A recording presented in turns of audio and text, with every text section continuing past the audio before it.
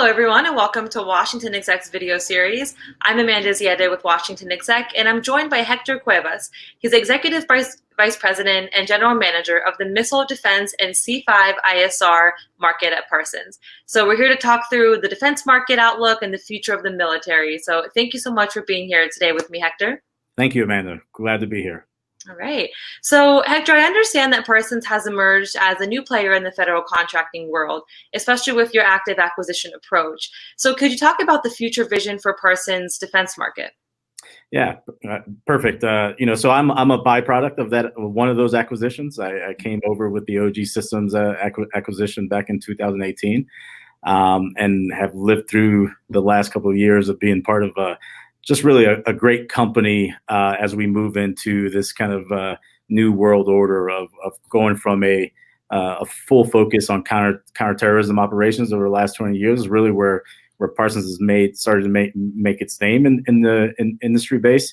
And now with this pivot to our near peer fight and conflicts, and our ability to really straddle both. So, two things that pop out for me when I explain who Parsons is and what we do in this space is really our agility. And we really do know how to fail and fail quickly and own that outcome, right? So operational relevance means everything to Parsons.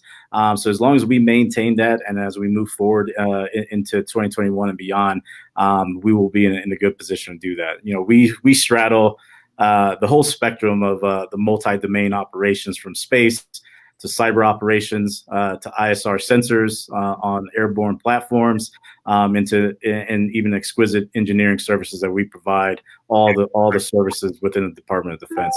So we're really excited to really look into this new near peer threat for us, because we believe that all of our experiences for the last 20 years have really built the company to be able to handle both sides of the equation there for the Department of Defense.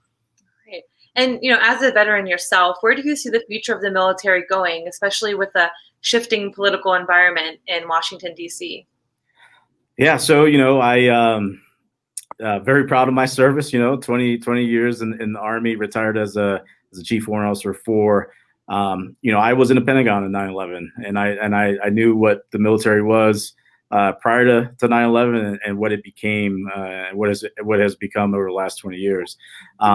So a lot of our workforce in Parsons grew up in this post 9/11 world, and grew up in a world where we had to deliver technology and capabilities at speed, and again, fail quickly and recover from that.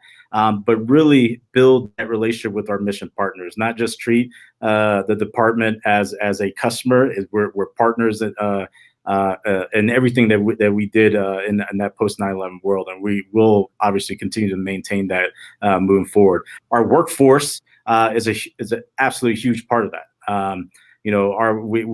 We brought in non-traditional kind of employees that normally you wouldn't find in a defense company, but we needed them. We needed the gamers. We needed the technology, the technology experience that come with people right out of the college that really don't have any military experience, but we needed that innovation to really come in. And our workforce is an example of that today. All right, yeah, that makes sense. So, we've also been hearing a lot from the Air Force about their Joint All-Domain Command and Control Vision, also known as the JADC2, which is moving towards reality. So how is Parsons involved, and how do you see the JADC2 taking shape? Right.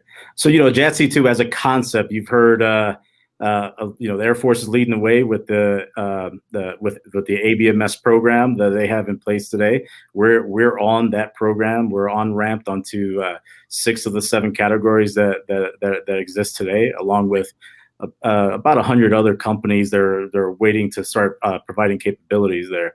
We're doing joint all-domain operations today with our mission partners, but it's obviously in a very kind of manual way, both from the Army, the Air Force, and the Navy perspective. And what JADC2 intends to do, if you listen to Mr. Preston Dunlop, the chief architect of the Air Force, this Internet of military things is really what we've all have strived to be able to implement in this kind of post 9/11 world.